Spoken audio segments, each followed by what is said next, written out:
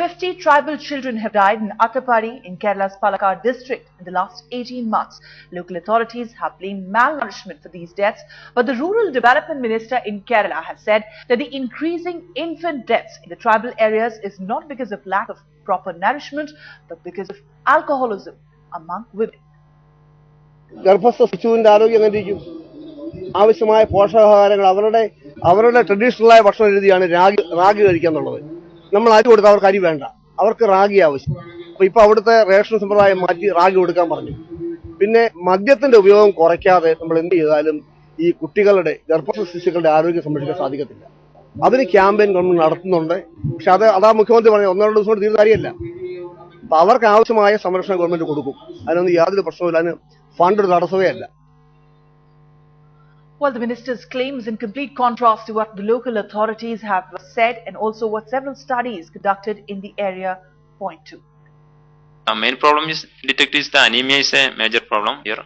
Both the nutritional anemia and the sickle cell anemia is also in common in the Attapadi people. And the lack is nutritious, that is quality food is not available here. Earlier they have good agriculture, they were available to wheat and ragi, etc. Now there is no such a cultural facilities available.